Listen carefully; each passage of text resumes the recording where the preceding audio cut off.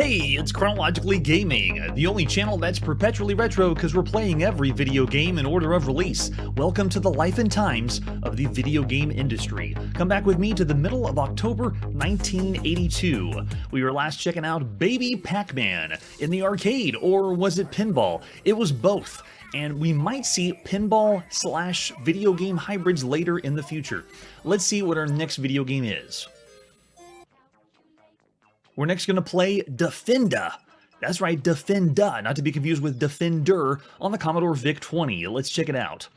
This one is our 289th game we've played on the Commodore VIC-20, or tried to play on the Commodore VIC-20. All we have for this one is an advertisement you would have seen at the time. Over there on the left side, this one is by Llamasoft.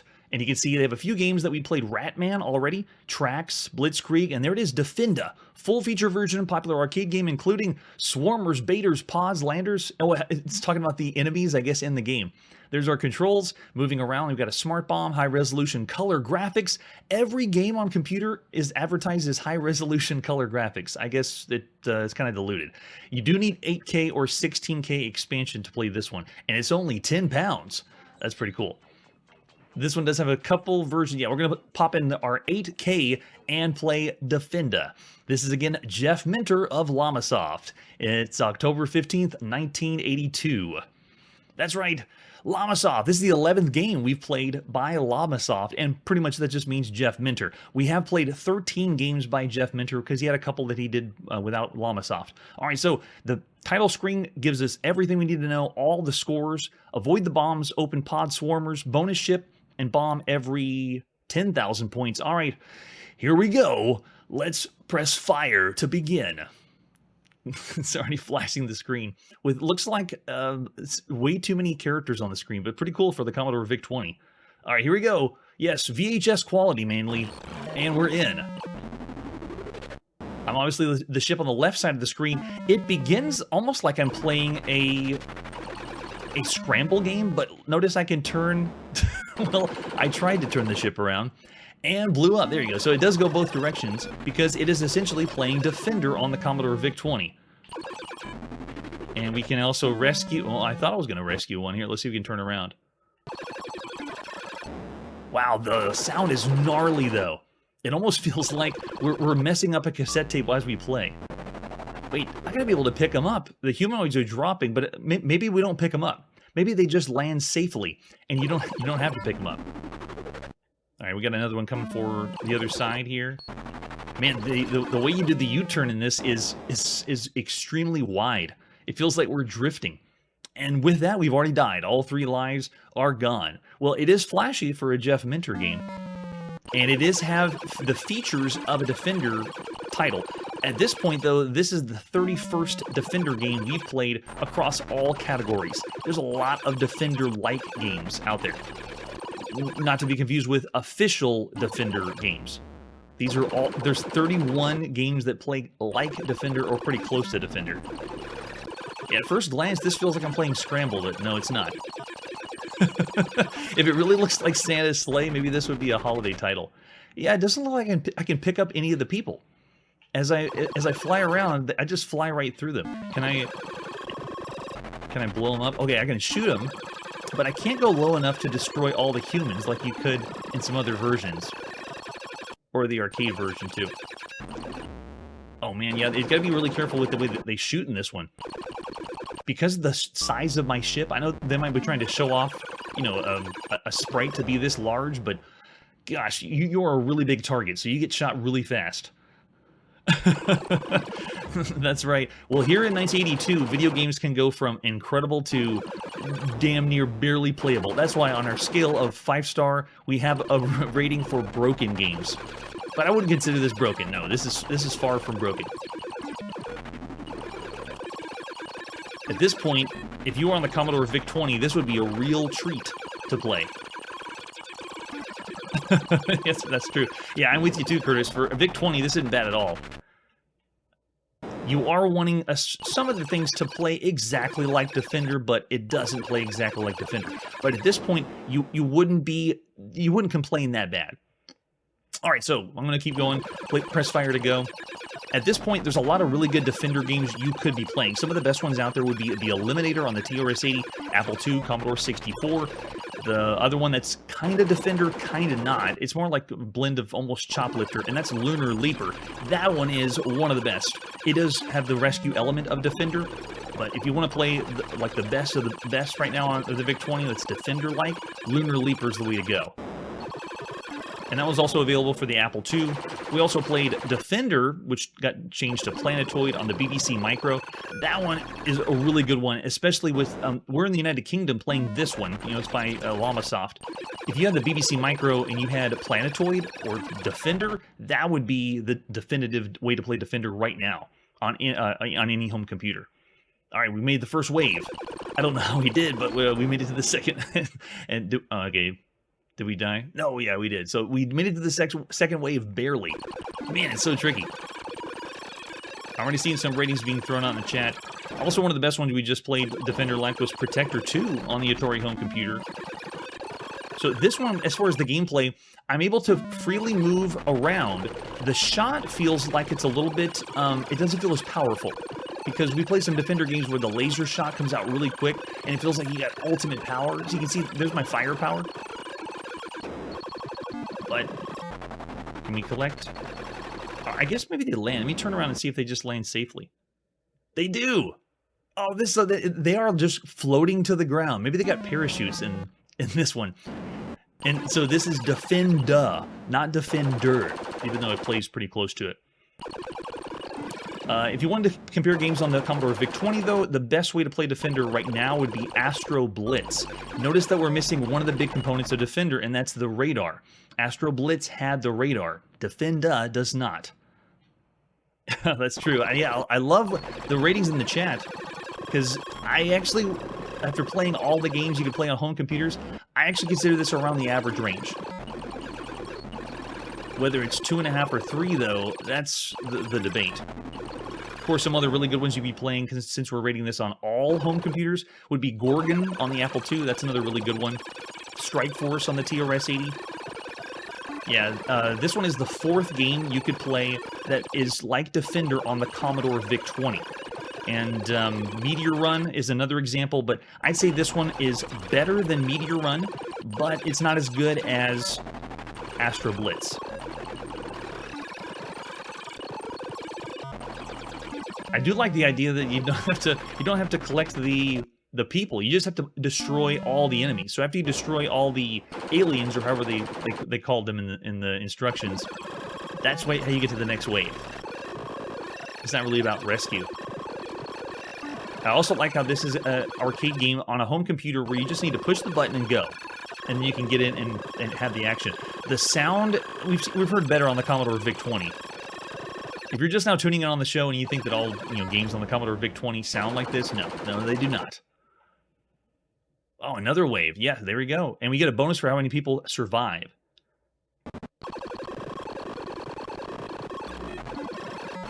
Wait, did that look like that one took 2 shots?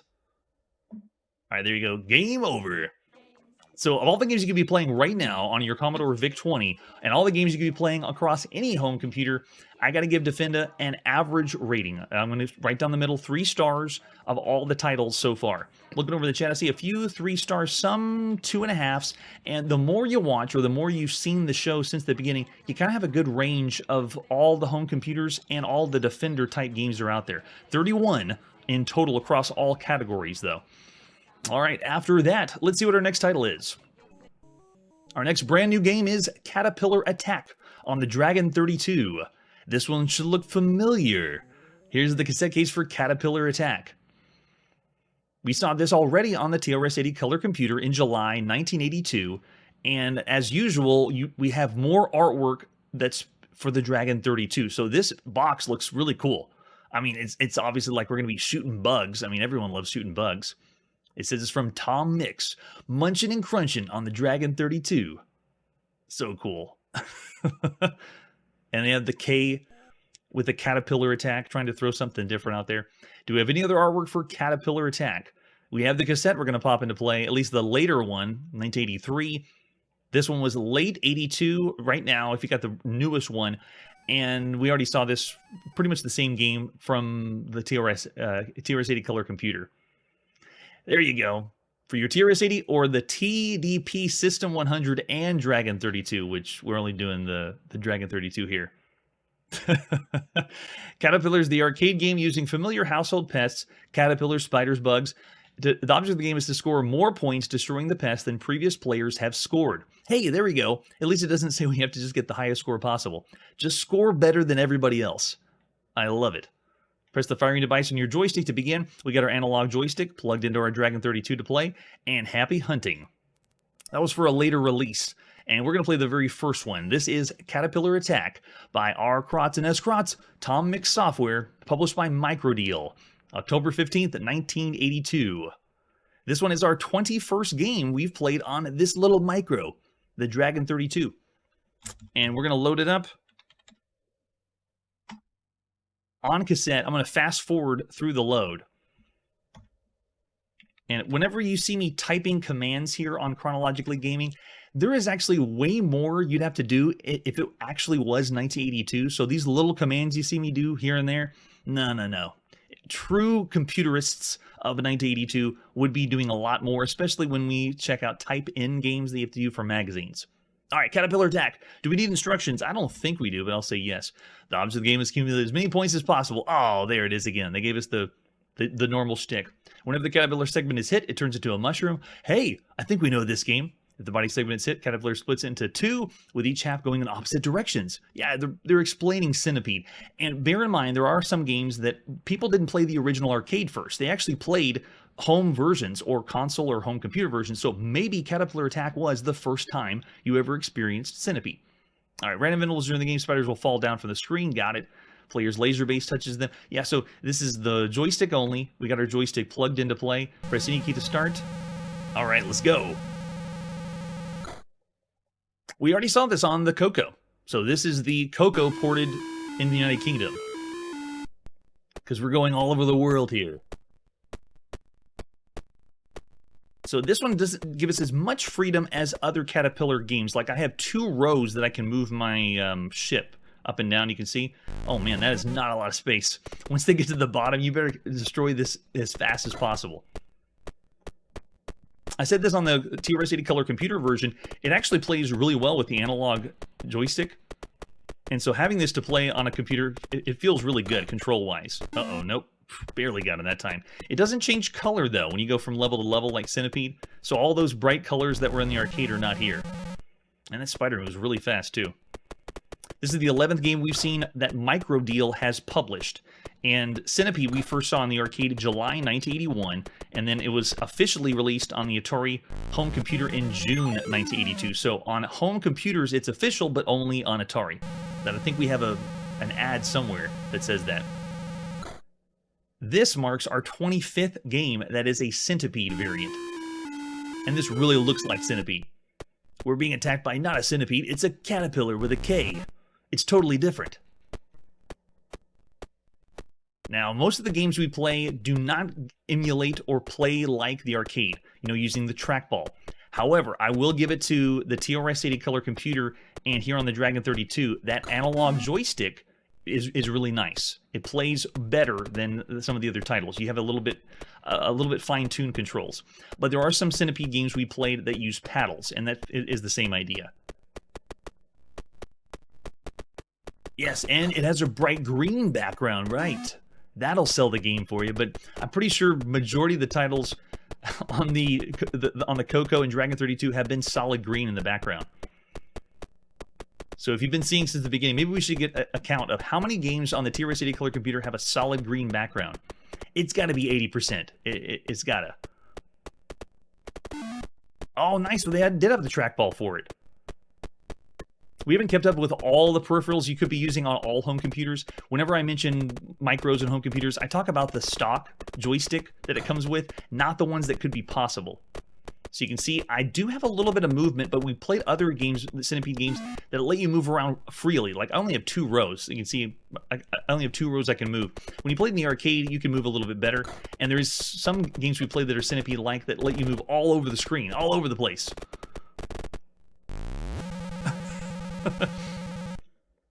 Some of the best ways you could be playing Centipede right now on any home computer would be Bug Attack on the Apple II and the Atari home computer, Grid Runner on the VIC-20 and Commodore 64, Mega Legs on the Atari home computer, Nightcrawler on the Commodore VIC-20, Photar on the Apple II, Video Vermin on the Commodore VIC-20, Viper on the Atari home computer, Arachnoid on the Commodore VIC-20, and Bug Battle on the Apple II. So Bug Battle and Bug Attack.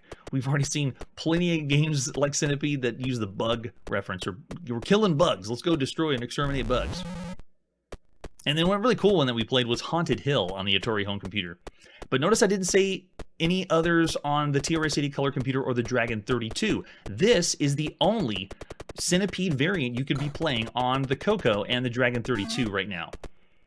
There's other fixed shooters, but this one is true Centipede-like and plays Centipede-like. So if you had this computer, you wouldn't be complaining because it's the only one. And I like to consider that when you think of all the games you could be playing. Yeah, that one is official right now on the Atari home computer. Centipede is official. And it's the only way to play the official one. And it's very well done, but I would say some of the variants that we have out there, they play better than the official Centipede. There we go, nice. Like Grid Runner is a really cool take on Centipede. I would say plays better than the official Centipede. Yeah, really nice knockoff, and it plays well with the joystick. It's going to be the same score attack, though, over and over again. Hey, we got a little color change, but it's not changing based on every level that you play.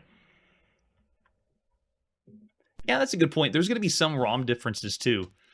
Well, there you go. That's Katerpillar Attack on the Dragon 32. We've seen it before, and I'll rate it the same as the Coco. It is right down the middle. 3 stars of all the games you could be playing right now across all home computers or micros. Very nice. And I really appreciate on the chat, not only are people sending out ratings, but you're telling us why. Why would you say that? And if you've been seeing the show or streaming or binge watching it since the beginning, you kind of have a good range and know what it's like to play all the games right now. Yeah, there you go. I see a couple more 3 stars out there too. All right, let's see what our next title is. Yes, it's time to go on the Sinclair ZX81, and it's Krazy Kong. We have it. I guess we're hanging out in the United Kingdom all day today. So Defenda was United Kingdom, Katerpillar Attack was United Kingdom, and this is Krazy Kong. Let's check it out. This is not be confused with Krazy Kong on the Commodore VIC-20. This is the 71st game we played on the Sinclair ZX81 or the Timex Sinclair 1000. Here's the cassette case. Climb the pyramid, but beware, Kong is out to get you. He's Krazy Kong. Krazy Kong. Man, the front of the box just has the monkey on the front. Does that really tell you that it's a Donkey Kong game right now? I wouldn't think it would, because it is popular. You know, Donkey Kong was 1981, but why would you think it was Donkey Kong if you got Krazy Kong? I know, right? I love the front. Kong's just yelling at us. You will load us. And then we have loading instructions on the back of the cassette case. Cool. What other artwork do we have for Krazy Kong? This is the 3rd game we played published by Personal Software Services. The other one was Bridge Challenger, and then other on the Apple II, and then the other one was Hopper on the ZX81. And both have been done by Chris P. Cullen. Way to go, Chris. What else? Crazy. I'm going to get crazy and put that cassette tape in and play with a cassette tape. That's right, video games are on cassette tapes right now. So we got an alternate version that you could play. Another one by Hero Software, I believe was the Netherlands published version of it. Let's pop it and play and press play on the cassette tape. Krazy Kong. This is Chris P. Cullen. PSS. It's October 15th, 1982. Way to go, Chris. So we already saw Hopper by Chris, and Donkey Kong was out in July 1981. So let's see how this one plays. All right, so what do we do? Start any key. Now, it's keyboard only. No joysticks here.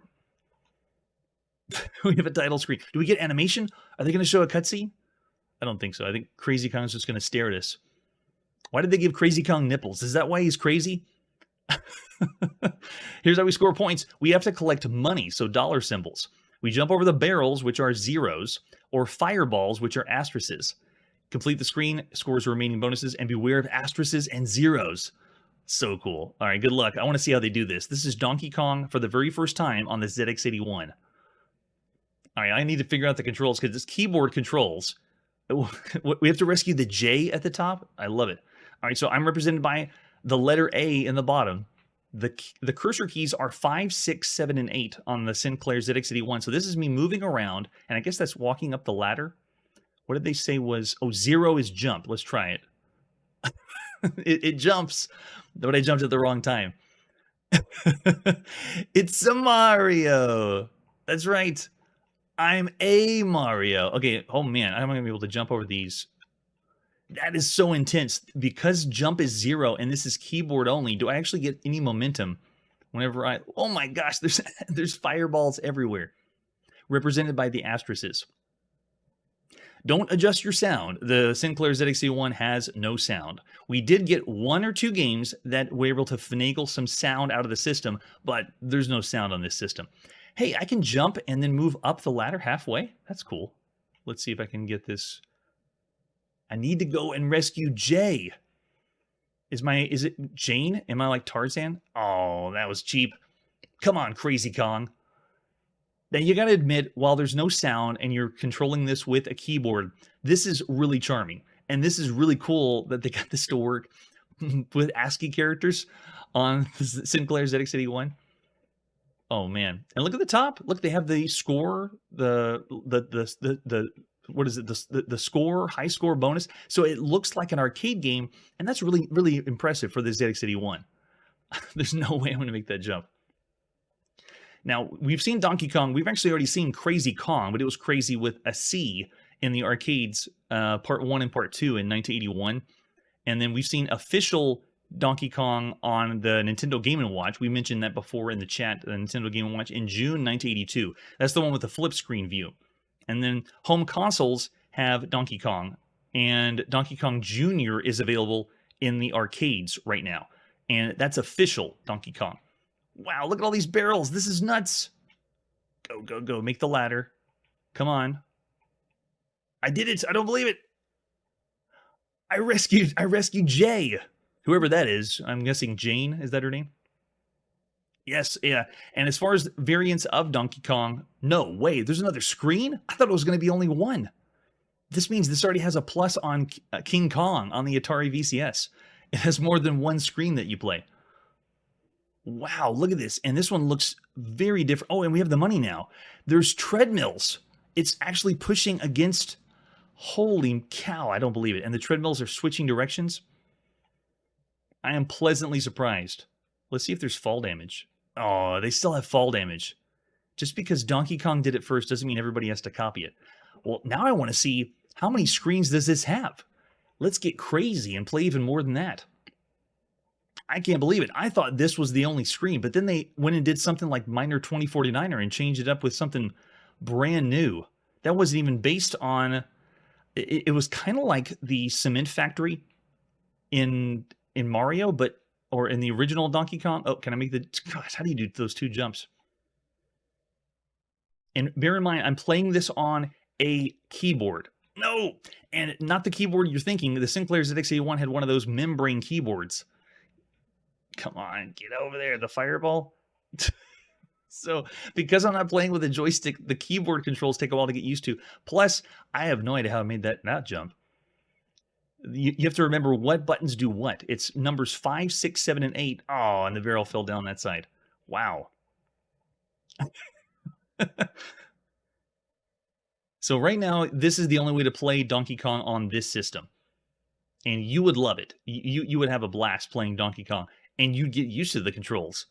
Using 5, 6, 7, 8 cursor keys. Okay, so let's really get down to all the games so far. This is the 26th Donkey Kong variant we've played across all categories. So there's 26 games out there that play like Donkey Kong. So this has some competition. Oh, but that's across all categories. Right now, the best Donkey Kong that you could play on home computers, I already saw it in the chat. It's Donkey King on the TRS-80 color computer. That is the king of the Donkey Kong-like games. Oh, go, go, go. Yes, rescue. Whew. And then we also have Miner 2049er on the Apple II, Cannonball Blitz on the Apple II, Atari home computer, and Commodore VIC-20, Canyon Climber on the Apple II, Atari home computer, and Coco, Candy Factory on the Atari home computer, Ape Craze on the Commodore 64, Fast Eddie on the Atari home computer and Commodore 64, and this one plays like an arcade platformer, so we can lump the games in that are not exactly like Donkey Kong, but they play like the platformer. How am I supposed to get that $sign over there with a treadmill and not fall off the side? I wonder if we have to get all the $signs or they're just points. Let's see if we can make our way up to the top and get to the J and just avoid the money. Okay, this is a normal platform. Gosh, it's so much easier to move right here. I just want to sit and rest on this platform that's not moving. All right, here we go. Let's do this. How do I get... Do I got to make this jump? Wow, so you have to time that so well to get to the other side. Oh, man. But I like that it's different. We are not playing... Oh, he'll get some points. There we go. All right, keep going to the side. So... if you're just now tuning in, not all video games look like this. You don't always play as letters and symbols. And there is usually sound with video games. We've seen sound with those too. That's awesome. Yeah, Donkey King is still the top. The top of the top of all the home computers. That's the one you want. But some other ones you can check out that aren't exactly like Donkey Kong, but they're pretty close. It would be Crisis Mountain on the Apple II. That one's pretty good. Floyd of the Jungle on the Atari home computer is phenomenal. 4-player simultaneous game. Meltdown by APX on the Atari home computer. Crazy Thief. And actually, you know what? This kind of reminds me of Crazy Thief because you're playing with Petsky characters on the Commodore VIC-20, and this kind of feels kind of like that with Crazy Thief. And then another one was Johnny Jumpit on the Commodore VIC-20. So, Krazy Kong, I'm pleasantly surprised. There actually is a third screen. I don't think I'll ever get there because you need a lot of practice. Being used to the ZX81 keyboard, the cursor controls, but you can figure it out. You'll be able to get to the third screen. I'm just amazed that the second screen has what we saw. And then the third screen, I've been told, is even crazier. It's even crazier on Krazy Kong. I also like how you can jump halfway on the ladder. Whoa, he's going nuts dropping the barrels. All right, let's go. All 3 men. Okay, first good run. Now let's be safe. Let's not die on this screen. See what's going. Manly's throwing out 4 stars of all the games you could play right now on a home computer. That's awesome. Now, because it's not using the joystick, I cannot give it the same praise as the other games for like... well, we're not rating this based on consoles, but all the other home computers that use joysticks... No way, that's cheap. Look at the fire. The fire's following us. Get out of here. I don't know how I'm dodging the fire. It's totally random. It's going up and down the ladder, and it's blocking our way. I need it to just go away. Oh, man, I don't know how I did it. Go. Oh, and I missed the jump. So you have to time that one really good. And I think if we went to the top where that $sign is, I think it's just going to make us die if we fall off the side. So we have to make this brutally difficult jump. Oh, no, don't. Gosh. And see how there's also... Oh, and there, fall damage right there. I fell off the conveyor belt and died there. Wow. Well, to tell you the truth, Hunter, there is someone else who has played more video games than we have here on the show. You need to check out High Retro Game Lord. They have played more video games than we have, but they're not doing what we're doing and playing them in chronological order. There you go. Krazy Kong. Oh my goodness. So we're going to see this later on the Sinclair ZX Spectrum. So expect higher ratings when we get a little bit of color and sound on the ZX Spectrum. But right now, Krazy Kong, of all the games you could play on a home computer, it has a lot of competition. Obviously, it's not one of those good games or great games. I'd say it's still around the average range of all the games you could play right now. The only thing that makes it tricky is the keyboard, having to figure out the controls. So I'm going to give it 1 notch lower, and I'm not going to say exactly 3 stars. I'm going to say 2.5. It's the controls that get you. It is interesting that it has the 3 screens, and I love how charming this is that they got this to run, that you have a Donkey Kong game to play on your little micro, the ZX81. It's awesome. And it's also silent, too. Because of the lack of sound, it doesn't... I guess it makes it a scarier experience because, you know, you're playing against the Krazy Kong and there's no sound at all. It's a little crazy. Oh, man. Yeah, looking over the chat, really good rate. Yeah, for the ZX81, that's right. If we just rated this by itself, this is great. 4 stars, I would say, if it was only for this home micro. But loving the ratings in the chat. Keep them coming. All right, that's where we got to put the video game playing On pause. Did we get it crazy enough for you? Was that enough Donkey Kong? Black and white, no sound? That's what I'm talking about when we go back to 1982 to play some video games. I love it. That's all the time we have on Chronologically Gaming, but next time, prepare your fingers and prepare your mind, your brain, and your thoughts, because we're going to be playing adventure games again. That's right, adventure games coming up next time on Chronologically Gaming. That's it for today, and like I always say, I'll take on any video game challenge. Hey everybody, thanks for checking out the channel and joining me on my quest to play every single video game in order of release. We'll be streaming live every weekday at 9 p.m. Central, so join us and let us know if we missed any games along the way. This video would not be possible without Launchbox, RetroArch, and MAME. Tell all your friends there's some crazy guy named Chronologically Gaming trying to play every single video game. We have links down below that'll send you to places like our Discord and Patreon, and one that says all the video games we've ever played. If you go there, it's a list of everything, and you can click right to the game you want to see. Chronologically Gaming is the name to look for. We are perpetually retro, and we will catch you next time.